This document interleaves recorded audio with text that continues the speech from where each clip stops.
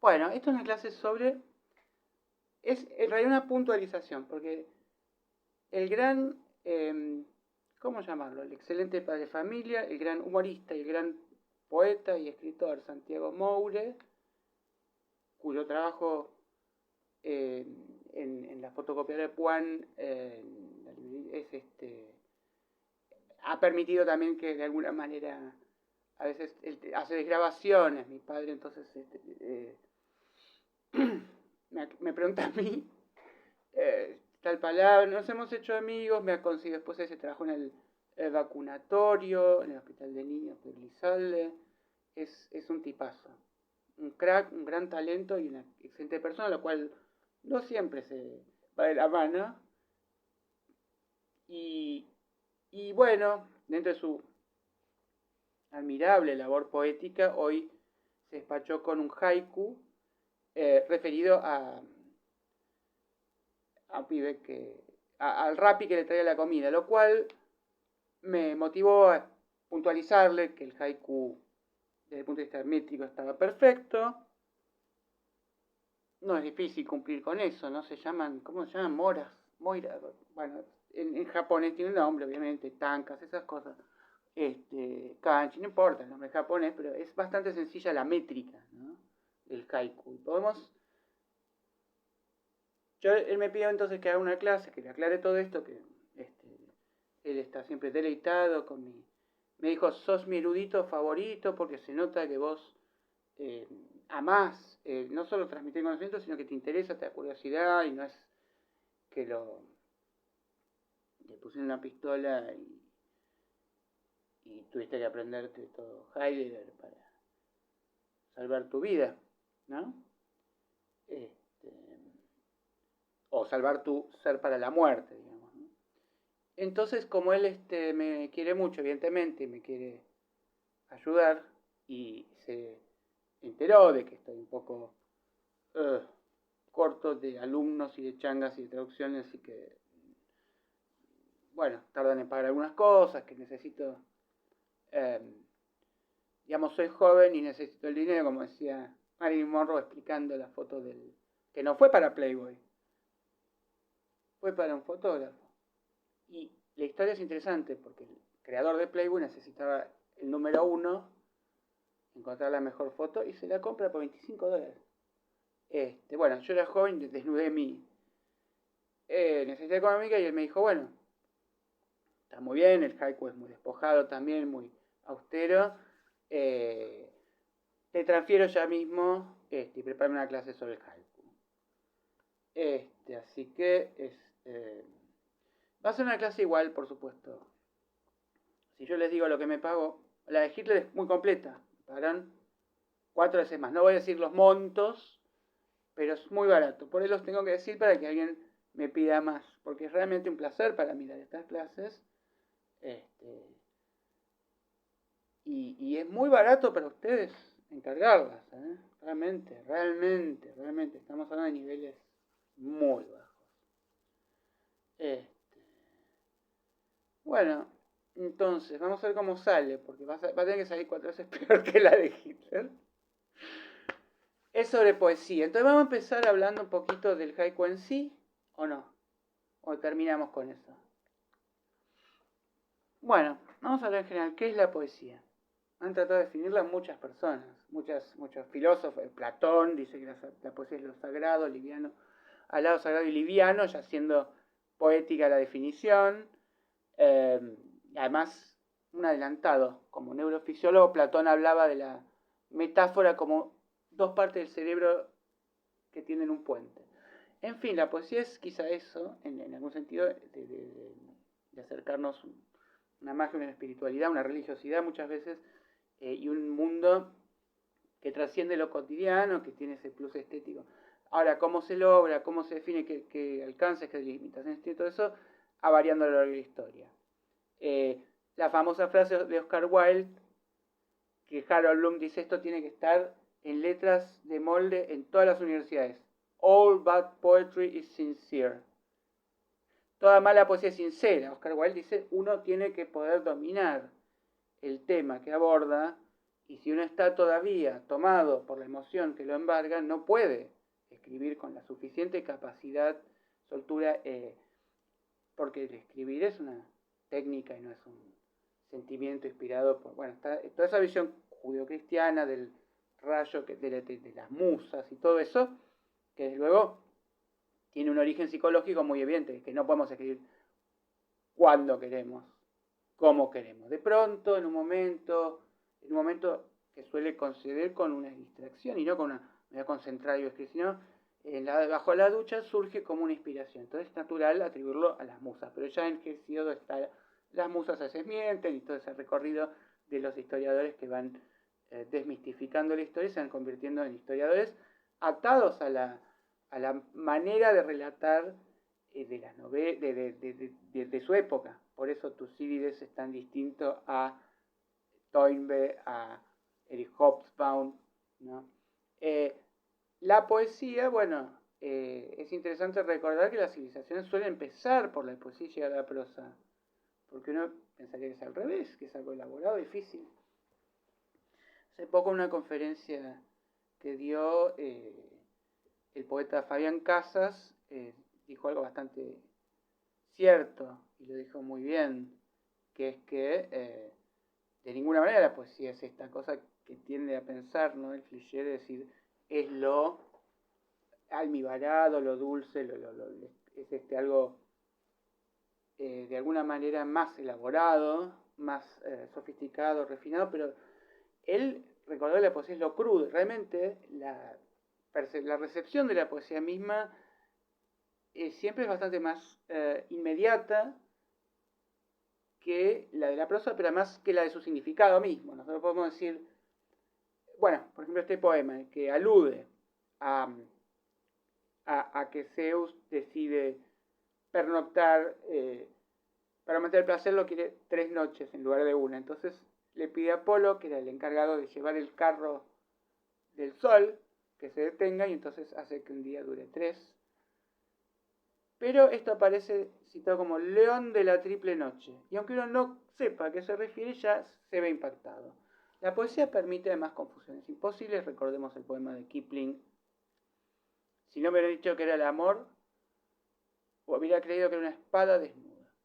Esto en prosa, o si no lo razona un poco, ya no es una confusión muy plausible. Va, salvo, bueno, sí, con el negro de WhatsApp, la chica, eso es una espada. Pero en general, la poesía nos permite abordar mundos mágicos donde se trascienden las legalidades, las reglas lógicas del mundo del trabajo, del mundo normal, ¿no? Que sea prosaico.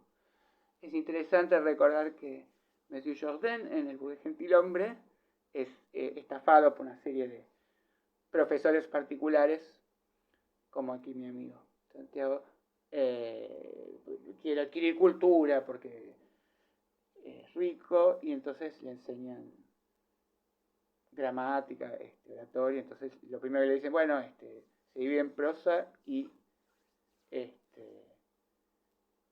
usted puede hablar en prosa o en rima. Ah, ¿y qué más? Nada más. O sea que yo toda mi vida estuve hablando en prosa sin saberlo. ¡Qué maravilla! Es muy divertido y además es como ese refrán, ¿no? Está contento de que lo parió su madre y no una mujer extraña. Pero además, muchas veces pasa eso, a veces nos advierte. El creacionismo agarra una cosa que es condición de otra, la separa y dice, esto demuestra que Dios existe. La jirafa no solo está viva, sino que está perfectamente adaptada a su medio. Bueno, estuviera perfectamente adaptada a su medio. Yo insisto, alguna vez Netflix tiene que producir, es fácil hacer hoy en día, mostrarnos millones de animales extinguidos. Si no, no se entiende el darwinismo. Si no, son los del Arca de Noé. Bueno, hay muchos movimientos. Vamos a tener que acotar mucho. Vamos a abarcar sin demasiado. Tenemos que hablar un poquito quizá de lo que es la profunda afinidad entre el humor y el poema, ¿no? O sea, tanto el humorista el humorista más verbal, ¿no? Por supuesto, cómo el poeta tienen que tomar un elemento de la vida cotidiana, como es el lenguaje. Karl Kraus decía, yo tengo que transmutar a la puta universal en virgen. Y esto es lo que los formalistas rusos llamaron Ostranemi. Nosotros, para darle una vuelta más en la tuerca, porque el título de Throne of the Screw de Henry James fue traducido por Henry James como otra vuelta de tuerca, nosotros lo llamamos Ostranemi, o sea, con la rareza de una palabra rusa. Es poder encontrar, no necesariamente maravillamiento, sino extrañeza, sino algo que es raro, que es forínseco, que es foráneo, que es, digamos, alienado, algo que nos devuelve la sorpresa, porque si está nervioso nuestro es espantoso. Se acostumbra a cualquier cosa enseguida. Ustedes pagan una semana en el Caribe, al segundo día ya se aburren igual, y están en Francia Varela, podrían pagar menos. Si estamos nerviosos, cuando éramos niños todo nos causaba un asombro pleno, nuestro cerebro era más chiquito, nuestro mundo tenía un marco más acotado, y eso nos tiene que devolver la poesía. Ahora nada nos sorprende. Yo recuerdo que mi padre me regaló unos marcadores colorería de Pelican que había propaganda en televisión y estaba tan feliz. Y después, bueno, vi el gol de Maradona. Obvio que me gustó, pero la capacidad de maravillarnos orgánicamente la tenemos en la infancia. Entonces la poesía nos tiene que volver en ese sentido, a esa capacidad de asombro. Entonces, otro de los temas es las formas clásicas, es decir, esto sí fue variando con la época, y cada vez que alguien inventa un nuevo molde, una forma poética que funca, potable, pulenta, contribuye enormemente al arte, porque Oscar Wilde también dijo, si no fuera por las formas clásicas, estaríamos a merced de los genios. Y entonces tenemos muchísimos casos. Borges siempre se refugia en el soneto. Ustedes saben, ¿no?, que Garcilaso trae el alejandrino de Petrarca, ¿no? La cantidad de versos. Podemos hacer una clase extensa sobre las distintas métricas, sobre cómo Wagner, que era su propio libretista, ahonda en la aliteración. La aliteración es la repetición de consonantes, por ejemplo, Pedro Páramo, Llano en Llamas, pero también Tres Tristes Tigres. En inglés aparece mucho más, en letras de los Rolling Stones. Es un recurso que se oye más en inglés. Entonces, si uno está aliterando, como por ejemplo el famoso Borges da una clase y vienen y se acercan unos tipos muy pedantes, pesados, se lo que sacan encima. Y eran como los máximos expertos en esos verbos. La clase la dio sobre Pedro Bonifacio, sobre el más fuerte, sobre No te des por vencido ni un vencido, que tuvo una lamentable situación. Alberto Cortés es un cantante muy divino, yo llegué a conocerlo, incluso.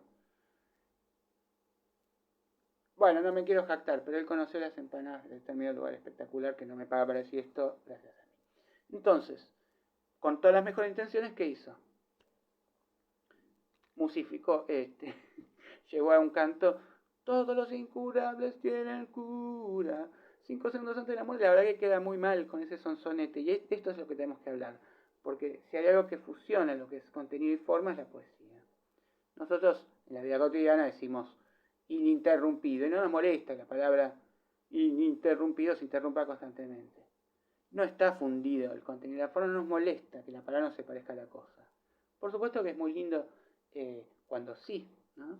Cuando descubrimos que está con lo de con Borges, se quería sacar encima a estos tipos. Y dicen, ¿y ustedes conocen este famoso verso?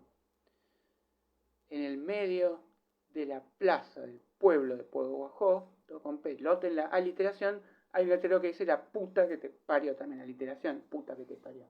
Y dijeron, sí, lo conocemos.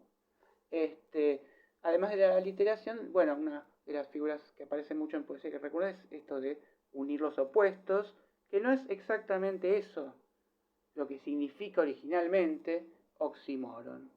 Oxímoron, por ejemplo, graciosa torpeza, el frío-calor, en esta contradictio inadyecto, digamos, cuando Groucho Marx dice inteligencia militar es una contradicción en los términos. Henry Heine dice que música militar es Bueno, hay ejemplos muy hermosos en la poesía. La leche negra del alba, ¿no? El poema de Paul Celan, que se va a llamar Plegaria por el tango que les fueron a tocar en un asado que le organizaron Bachicha y la orquesta a Hitler y José Vegetariano. Porque alude a cómo obligan a punta de pistola a los judíos a bailar.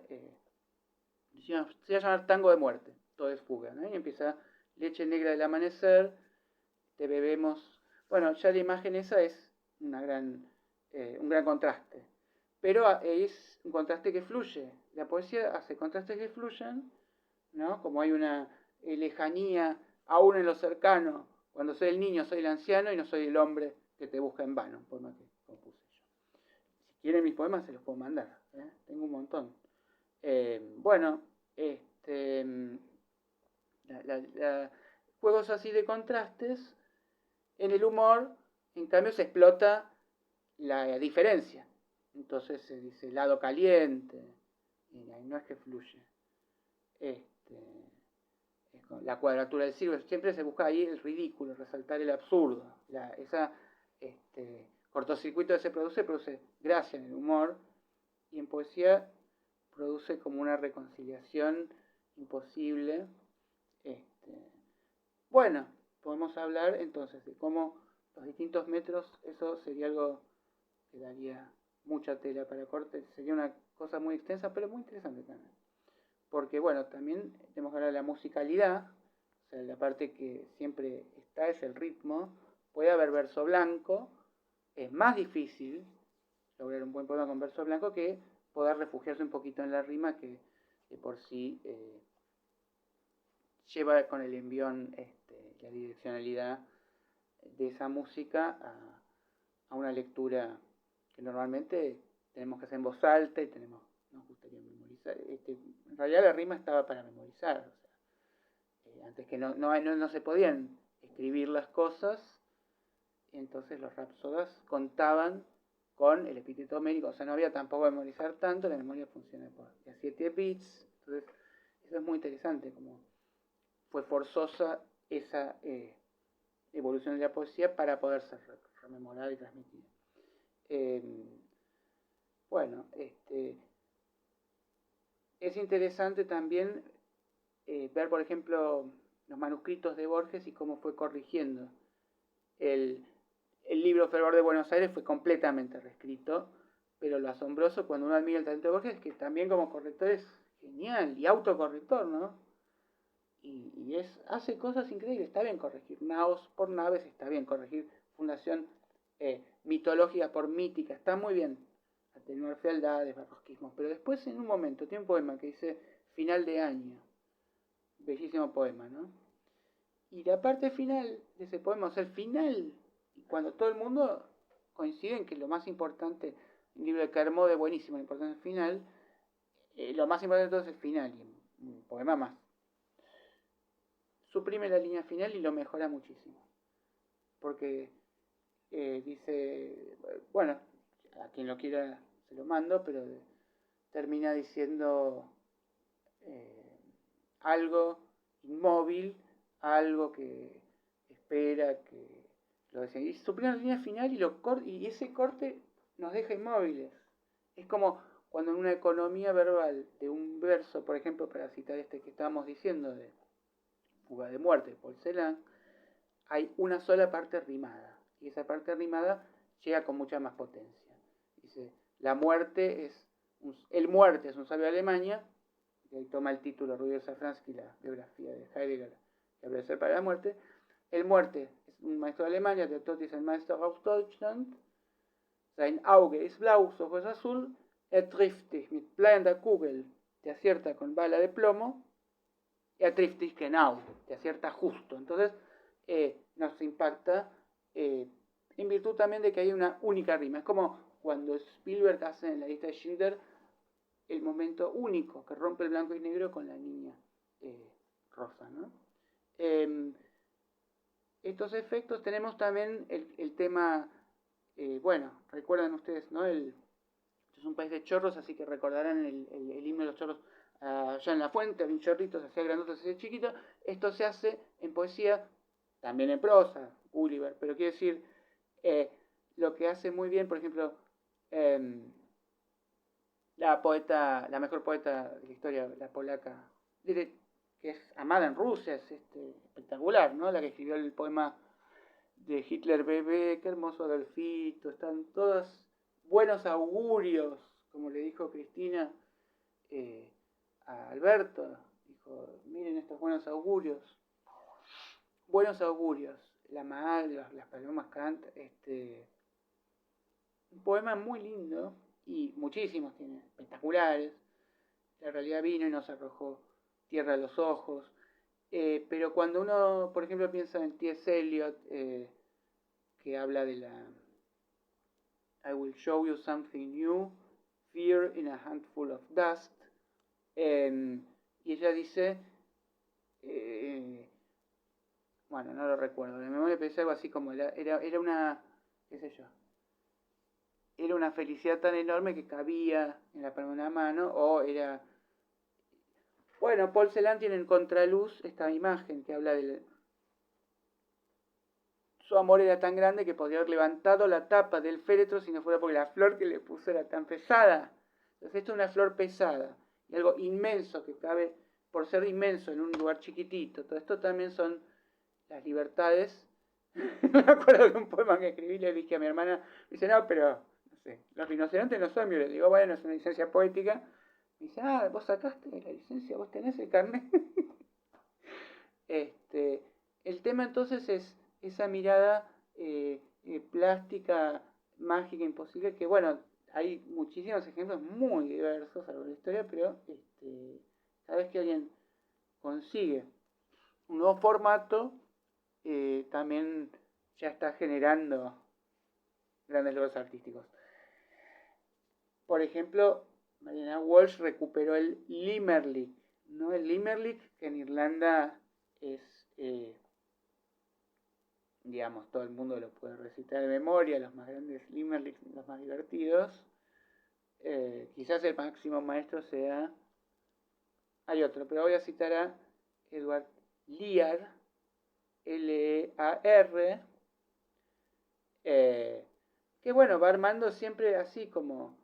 voy a citar un ejemplito, ¿no? There was a young lady of Niger, ¿no? Había una muchacha joven en Nigeria, who smiled as she rode in a tiger, que sonrió cuando se topó con un tigre. They came back from the ride, volvieron de ese encuentro, with the lady inside and the smile on the face of the tiger, con la muchacha adentro que se comió y la sonrisa en la boca del tigre. Y ser así con esa letra es muy fácil. Entonces uno tiene que decir, primero, había una vez un, y después un nombre, un oficio, qué sé yo. Había una vez un, qué sé yo, había una vez un, este tipo es portero, encargado. Entonces vamos a ver, había una vez un encargado que vivía en Mataderos. Ahora tenemos que rimar, ¿no? Niger, Tiger, también, ¿no? A-A-B-B-A. Entonces sería, había una vez un encargado que vivía en Mataderos. Ahora tengo que encontrar algo que viene con Mataderos.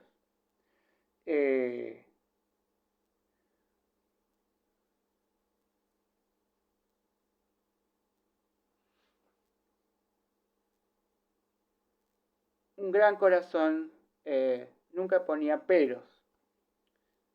Y ahora tengo que poner otras dos rimas X, o sea, sin embargo una vez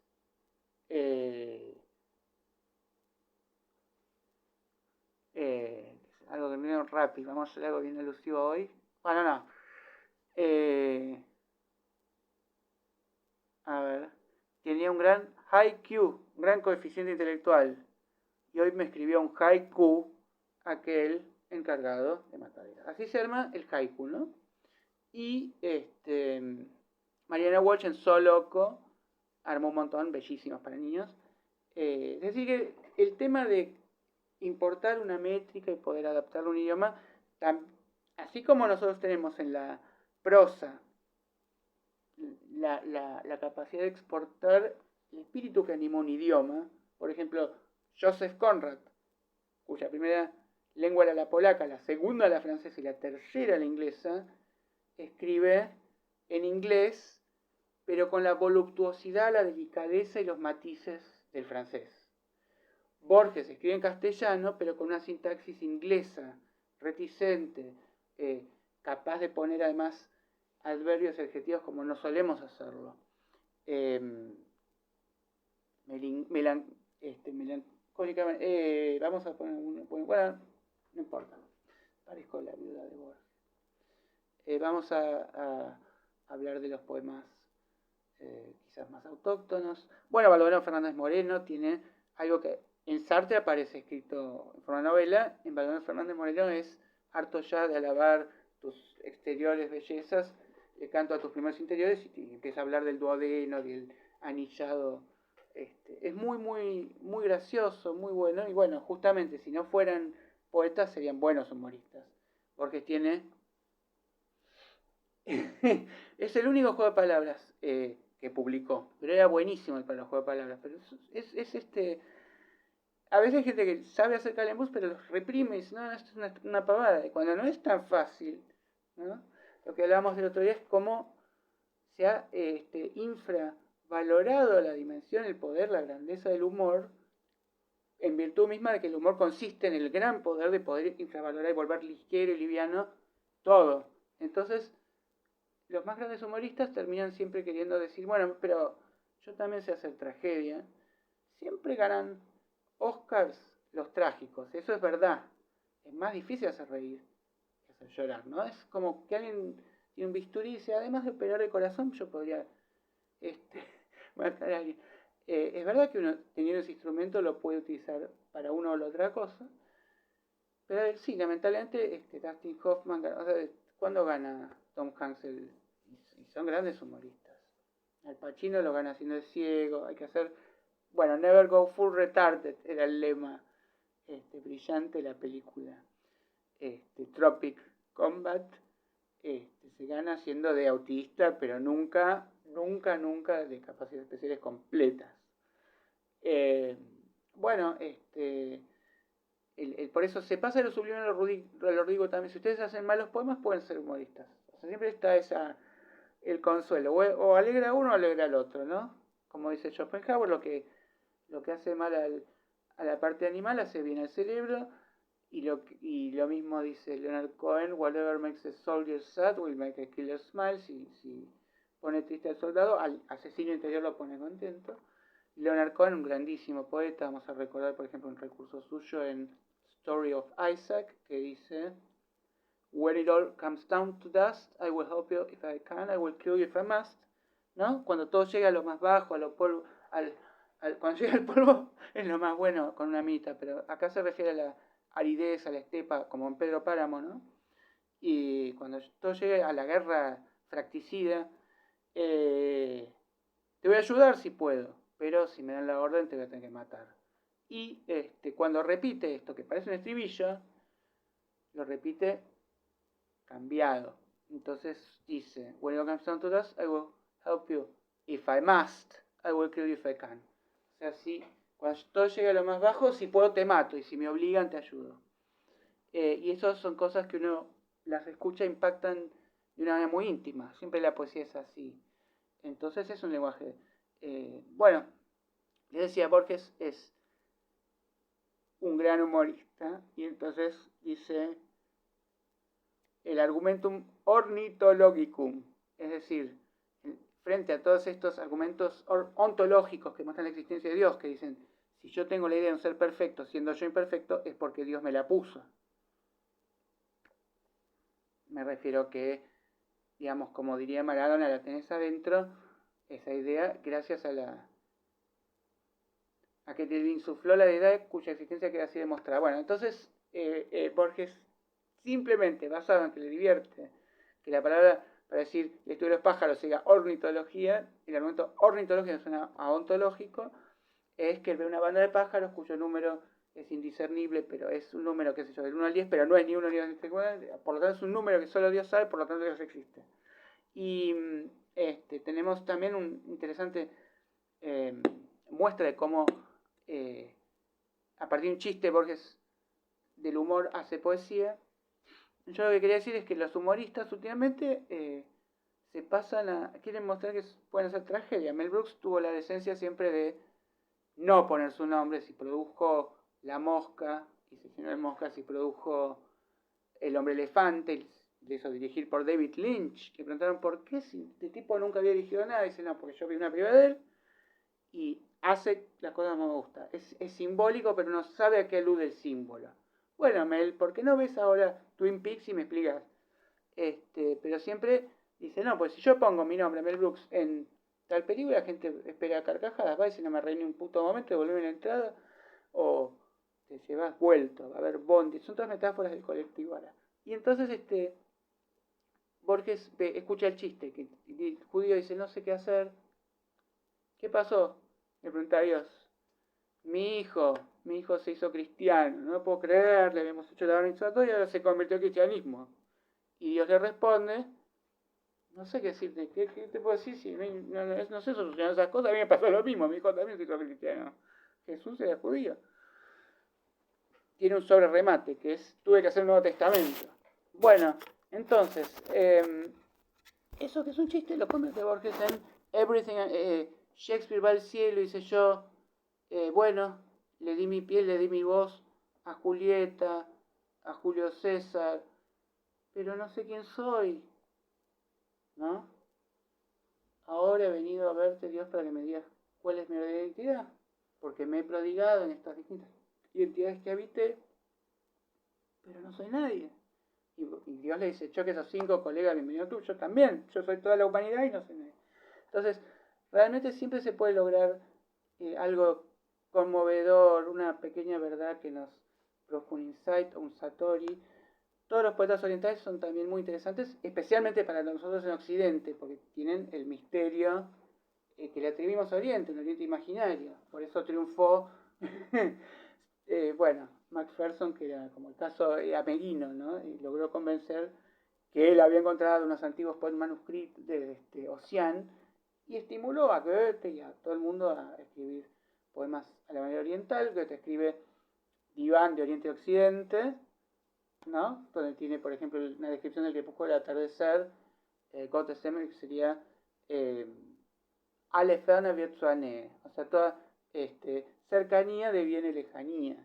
Y entonces Borges lo cita en un poema que dice ya las lustrales aguas de la noche se alejan y ya las rosas dejan de ser las rosas para ser la rosa, ¿no? O sea, son los que digo platónicos ya, ¿no? Como que en la noche nos volvemos, aquello, lo disperso se vuelve, bueno, toda una filosofía detrás que le había explicado Ezequiel de Olazo. Él contrató a un profesional filósofo para que le explique los poemas, los filósofos, y después pudo escribir el poema de Spinoza, de Kant, pero él era schopenhaueriano desde el punto de vista de lo que él creía de la filosofía verdadera. Destejió el arco iris, Schopenhauer, dice, tomando una cita de un verso de John Keats. Bueno, entonces dice, mejor lo dijo Goethe, lo cercano se aleja. Y lo llaman los alemanes de la editorial Surkamp para decir, maestro, estamos traduciendo sus delicadas tenues palabras al tosco idioma alemán. Esto, ¿cómo lo podemos traducir? Y le dice, pero manga de pelotudos, si esto estaba en alemán. Cito de memoria, no lo dijo con esas textuales palabras, ¿no? Bueno, vamos a hablar ahora de Georg Trakl. No llegamos a todo el recorrido así, por toda la posición nacional no llegamos. Cabe recordar el hermoso momento, Lope de Vega puteándose con Quevedo, puteándose con Góngora, y escribiendo sonetos virtuosísimos, diciendo perro con gorilla, puteadas, agarrándose tipo vedetongas de las mechas, sacándose los ojos. Y bueno, también es muy lindo como estos ejercicios de metalingüísticos y autorreferenciales. El poema de Lope de Vega, un soneto me ha encargado, y va contando cómo voy a hacer este soneto, porque tiene que tener acá tanta rima, todo esto, y lo va haciendo en el momento, es magia. Y después tenemos, bueno, los sonetos de Shakespeare, ¿no? Los sonetos de Shakespeare, porque en ese momento el soneto era algo un poquito más elevado, que el teatro era un libreto para la tele, nadie lo publicaba, la sorprendió que publicara eso. Y de hecho hacía versiones mucho más cuidadas. La razón por la cual Macbeth es la más vertiginosa es porque es la única que sobrevivió de los folios para los actores. Todas las demás tragedias de Shakespeare y comedias que tenemos son para la imprenta, para la lectura y las rellena de más para mí. Le pone, como diría la Andricina, toda la ferretería encima decorativa y es mucho mejor cuando es lo que había que en escena rápidamente para un público que era de varios niveles, ¿no? Estaba la reina de Inglaterra y estaba los que iban a ver peleas de osos. Hablando de osos, qué lindo, ¿no? El juego de palabras Bare Necessities que inventó Louis Armstrong para la canción que canta el oso en El Rey de la Selva, en la película animada de Disney, de Kipling. Kipling escribió poemas buenísimos. El más por ahí digno de ser recordado ahora es el himno al dolor físico. Porque él está sufriendo un dolor físico y se da cuenta, esto que decíamos, ¿no? Que cuando te va mal una cosa, igual te va bien la otra, ¿no? Por ejemplo, si vos tenés una pierna más corta que la otra, eso se compensa porque tenés la otra más larga. Entonces él piensa en su hijo que fue asesinado entre los First 100 en la campaña. Entonces, en ese momento no está sufriendo el dolor de haber perdido un hijo, porque está sufriendo dolor físico. Entonces, escribe un hermoso poema. No quiero, digamos, abundar, tenemos poco tiempo. Vamos a abordar ahora sí un poquito estrictamente lo que veníamos diciendo. Rufí es un poeta, tenemos que ver los poetas sufíes, pero no llegamos a todo. Está Khalil Gibran, que dice, tus hijos no son tus hijos, que no es que son los del sodero, sino son hijos de la vida. Pero no vamos a llegar a todos los poemas que yo quería recordar. Pablo Neruda tiene poemas desconocidos, yo creo que voy a recordar los no conocidos, ¿no? Bellísimos. Él escribía siempre tenía que escribir con verde, no podía escribir con algo que no fuera verde, y eso hizo que el destino jugara una mala pasada porque escribió un lindísimo poema que se llama El verde idioma del mar, y una rata en la imprenta que el verde idiota del mar le arruinó todo. Por eso a veces es muy lindo ver esos detallecitos. Bueno, resulta que William Butler Yeats, que es poeta brillante, genial, no soportaba mucho ni a T.S. Eliot ni a Ezra Pound. Y agarra la famosa frase de Macbeth, Life nothing but a tale told by an idiot, ¿no? Porque el idiot es el fool, el bufón. O sea, la vida no es nada más que un cuento contado por un tonto. Full of sound and fury, lleno de sonido y de furia, esto lo toma Faulkner para el título de su novela, signifying nothing, y no significa nada. Y él lo parafrasea así. Life is nothing but a tale told by an Eliot. Es espectacular, porque lo está recontra insultando de una manera muy económica. En vez de decir es un idiota, a la palabra idiota la reemplazo por Eliot porque tiene la misma sílaba. Entonces, life is nothing but a tale told by an Eliot full of pound and fury signifying nothing. O sea, el universo es horrible porque lo están escribiendo T.S. Eliot y Pound. O sea, nosotros vivimos un país que produjo a Borges, pero vivimos una historia que la escribió Mariana Enríquez. Entonces, retomando lo que vamos a hacer, tendremos que explicar un poquito lo que es la filosofía japonesa, las búsquedas, el conformismo, porque lo del haiku en sí está bastante atado a una contemplación extática de la naturaleza y en realidad carente completamente de conciencia cívica o de mensaje político. Entonces, en ese sentido, lo que vamos a empezar leyendo para este tema que es infinito, pero no tan infinito, es un poema de Miguel Gaya. Miguel Gaya es contemporáneo, novelista actual, ganador de este año del premio Nobel de Clarín, irónicamente el único premio que no está arreglado en este país, O sea, Clarín opera políticamente, hace las manipulaciones peores, vilezas, pero como le chupan huevo a la literatura y no hacen trampa y siempre gana alguien bueno. Así que bueno, recomiendo muchísimo a Miguel Gaya como escritor en prosa, pero como poeta quiero leer un brevísimo poema que improvisó ahora, hace poquito, el 21 de agosto. Perjodere, no es que está en ningún libro. Contra los poetas chinos. Levantemos el puño contra los poetas chinos. Estrechemos el puño contra su esfinge sonriente, contra el mar de la serenidad que se aquieta en su luna. Destruyamos a garrotazos su ejército de terracota hecho de reflejos en los estanques, temblores de hojas en otoño.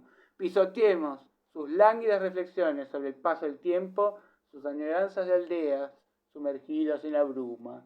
Que las garzas rosadas estallen en el aire, que los mirlos se llenen de colores chillones, que el hurón anide en la casa de la golondrina, que aúllen lobos en la noche más calma, que sus amadas huyan en motocicletas ruidosas, riendo a carcajadas. Claro, porque todo siempre es silencio, ¿no? Seamos salvajes como perros de occidente, nada de ideogramas, nada de caligrafía, con pinceles de pelo de castor, nada de equilibrio, porque con eso se pinta la famosa pintura china. Nada de equilibrio al borde de la nada.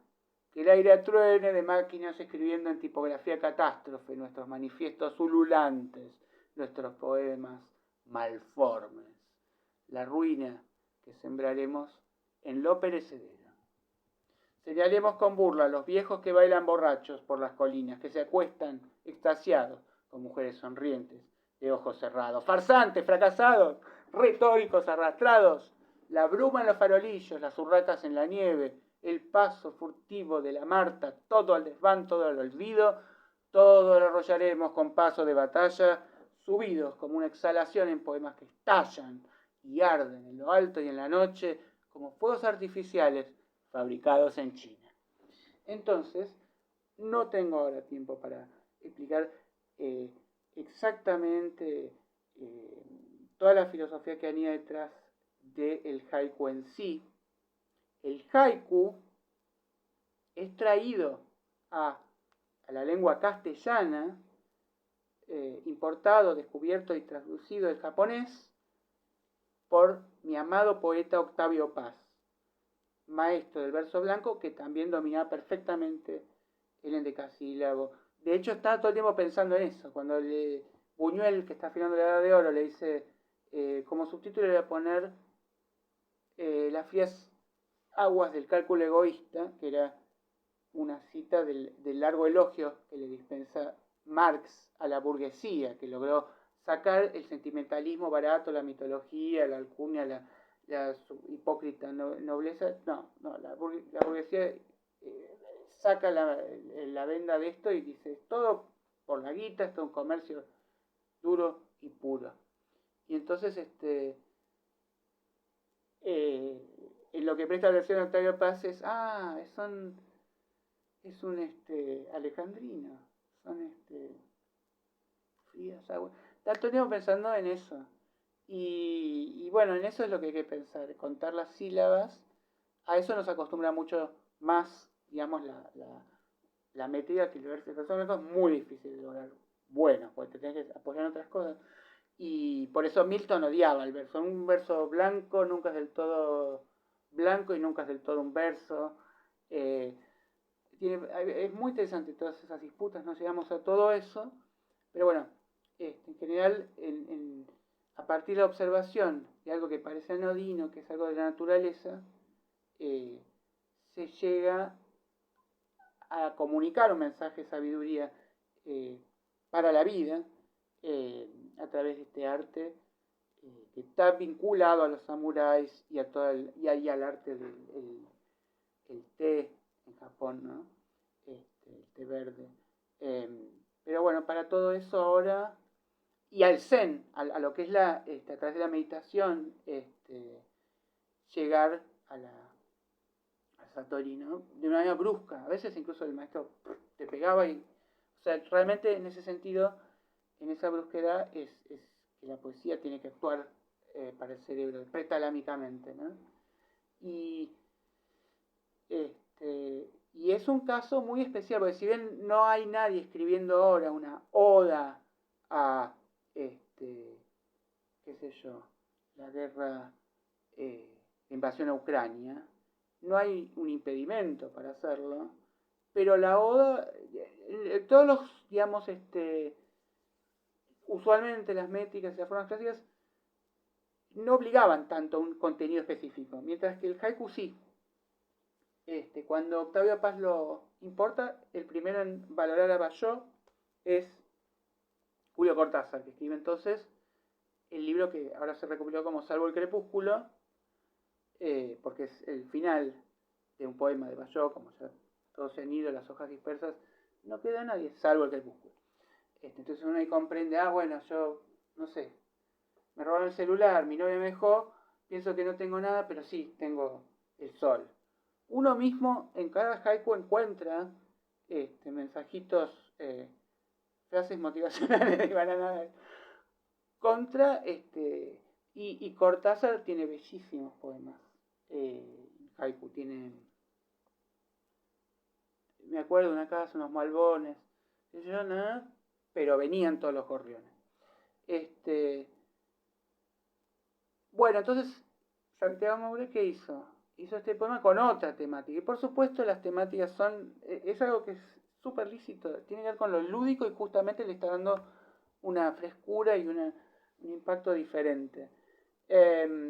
También la unidad de medida a cambiarla. Por ejemplo, lo que hace Spinetta con Árbol Luz, que ahora por supuesto parece el área de un del banco, ¿no? Pasame tu... A él le parece esa canción donde se dedicaron a elegir con su mujer en ese entonces, ¿no? Que a quien le había dedicado muchas, se dedican a buscar palabras y la canción no tiene más hilación que esa enumeración de palabras. Eso lo hace Octavio Paz también, y simplemente las palabras unidas nos van creando imágenes. Y Borges lo hace, pero con concepto, con frases enteras, con enumeración caótica, a la manera de Whitman. Whitman tampoco se atuvo al metro, era verso libre.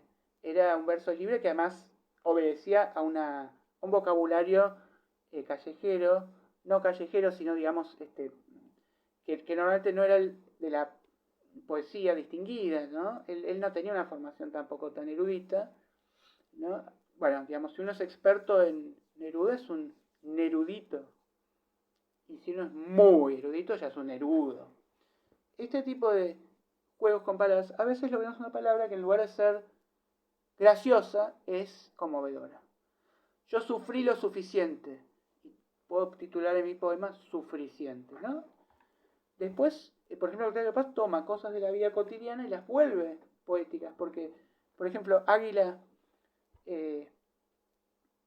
o Sol era cara o cruz, cara o seca. O tiene libertad bajo palabra, que es una categoría jurídica, ¿no? De Jodorowsky no tiene nada, una joda. Leonard Cohen tiene un poema bellísimo, El silencio de los grillos. Pero bueno, lo que vamos a hacer ahora es, ya preparé un texto hace mucho y voy a terminar con esto. Y es, primero que nada, esto está citado en un libro de Martin Gardner, que se llama Los porqués de un escriba filósofo, y este es el capítulo 4, donde él explica por qué él no es un relativista estético, ¿no? Que es una larguísima discusión, ¿no? Pero, ¿por qué no me gusta Jackson Pollock? Que hacía la técnica del goteo, vinculada a Sequeiros, todo eso. Bueno, en cuestión de gusto, no. Yo sé científicamente que Rembrandt es bueno. Rembrandt, eso es una foto, cualquiera saca una foto. Bueno, en fin, todas esas discusiones sobre si hay criterios objetivos o no. Y para ilustrarlo, él toma distintos ejemplos, ¿no? De distintas áreas, pero en un momento decide agarrárselas contra un poeta que estaba muy de moda, que era William Carlos Williams. Y decide hacer lo siguiente. Él dice lo siguiente, vamos a lo siguiente. Dice, en mis tiempos mozos era casi imposible encontrar una revistilla que no trajera un poema de William Carlos Williams. Es la época de E. E. Cummings, la época de Karl Frost. Sandburg compite en ese momento con Whitman. En ese momento le hacía sombra, ¿no? Es como Agustín Magaldi o como es el rubio Ireneo. En ese momento estaban cabeza a cabeza con Gardel, ahora no se acuerda de nadie. Pero por ejemplo, Carl Sandburg tiene excelentes ejemplos de lo que sería no solo de la metonimia, sino la sinegdo, que la parte por el todo, cuando Jesús dice, no he venido a traer la paz sino la espada, no dice la paz sino la guerra. Cuando Manuel dice, no he venido, yo me creo que pagué, pero el fútbol no se mancha, no dice, pero la pelota no se mancha, no es el fútbol.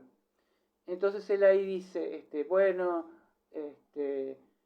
hay algo que arde en mi camisa, en lugar de en el pecho. Es buenísimo en ese sentido para aprender esa operación retórica. Bueno.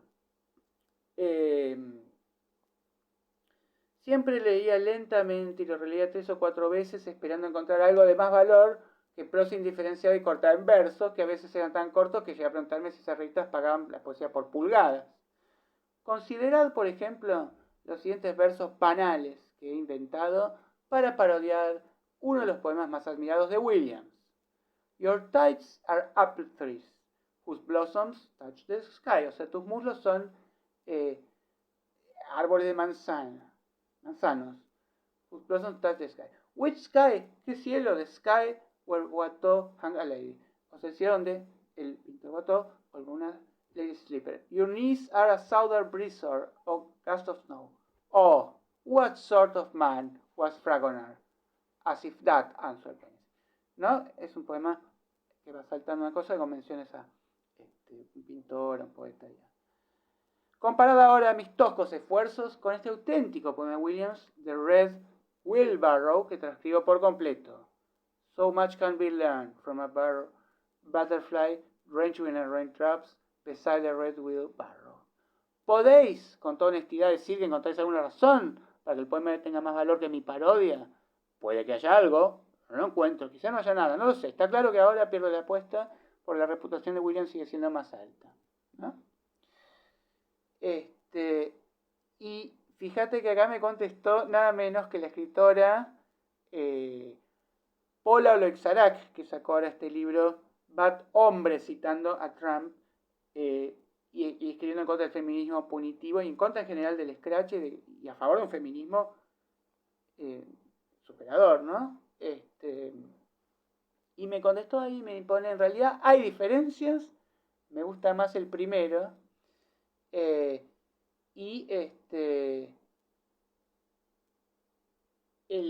de Williams parece un poema japonés, dice, y la verdad es que con gran oído y intuición pasó, uno lee después eso, nadie lo lee, la nota al pie, que Martin Gardner dice, no resistí la tentación de alterar el orden y de poner el de Carlos Williams como si lo hubiera hecho yo y el mío como si lo hubiera hecho él.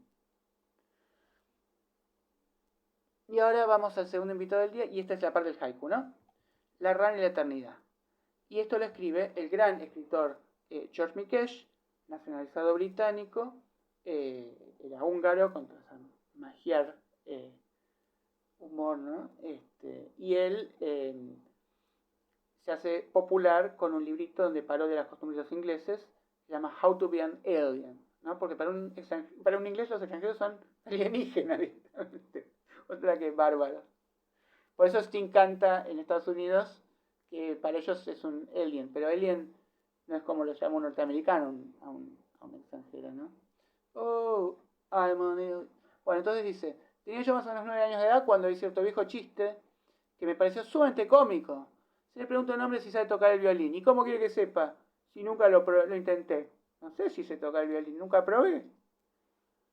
Recuerdo que durante mucho tiempo estuve intrigado por la posibilidad de que también yo pudiera ser un virtuoso del violín sin saberlo. Me parecía que debía probar, pero hasta ahora no lo he hecho. Muchos de mis amigos japoneses, igual que los editores japoneses de mis libros, me dieron volúmenes de poesía nipona traducidos al inglés. Yo sabía algo de poesía japonesa y de sus reglas básicas. La frecuente alteración de las 5 y 7 sílabas son unos otros pequeños detalles, pero ahora que estaba yendo leía más, los poemas empezaron a serme completamente familiares. Al poco tiempo no me fue posible resistir la tentación de probar mi capacidad para esta rama de la literatura. Y así escribí un poema. Estoy mirando una rana que me mira sonriente. Las sonrisas de las ranas me recuerdan siempre la eternidad. Como eso parecía muy alentador, escribí otro poemita después de unos cuantos días de reflexión. Estoy mirando una rana, la rana me mira sonriente, las sonrisas de las ranas me recuerdan siempre la nieve. O sea, una parodia, ¿viste? ¿No? ¿Quién puede criticarme por haber convertido esos dos poemas en una trilogía? Una rana me mira, yo la miro y la sonrío. Mi sonrisa siempre recuerda a las ranas, la primavera y la luna. O la luna. O sea, está diciendo lo mismo que Miguel Gacha, esta estupidez. Si vas a hablar, decía algo. Le enseñé mis poemitas a unos amigos japoneses y todos ellos declararon que eran soberbios, rayados en lo grandioso. Me dijeron eso con todo tan convincente que a mucho tiempo no estuve seguro de quién se estaba burlando de quién. Pero cuando mis 3 poemitas fueron traducidos al japonés y publicados en una de las principales revistas de poesía, me quedé pensativo. No había tenido la menor idea de mi capacidad, simplemente porque jamás había intentado escribir poesía japonesa. Como tampoco había intentado tocar el violín. ¿Sería posible, pregunto a mis lectores, que yo sea uno de los más grandes poetas japoneses de nuestros tiempos? Se escribió eso dentro de lo que es un libro divino de Editorial Dédalo, que es El misterioso Oriente no es tan misterioso, porque ya con tanto éxito que tuvo con ese libro de Londres, se fue a recorrer todos los países y describirlos, y lo hizo brillantemente y tiene uno de Argentina también. Bueno, a ver qué dejar ahora, pero espero que te guste, Santi, y si no, preparamos otra cosa, ¿no? Estos son mis principios, y si no le gustan, tengo otros, que es una excelente manera. Groucho Marx era un gran de poner así contraposiciones y sorprender al final con un súbito aflojamiento, un anticlímax, que eso también es un efecto muy inesperado y que llama la atención. Y no solo en los famosos de... Le manda, por ejemplo, una revista lo está difamando, diciendo que es un mujeriego, entonces le manda una carta de lectores que dice, si esto sigue así, voy a cancelar mi suscripción, no les voy a comprar más la revista. Hay muchos ejemplos de esto. Bueno, vamos a tener que dejar, pero Groucho Marx también es una fuente de contraste con poesía por los elementos que utiliza. Vamos a después ver, da para larguísimo esto, pero bueno, ya es 57 minutos.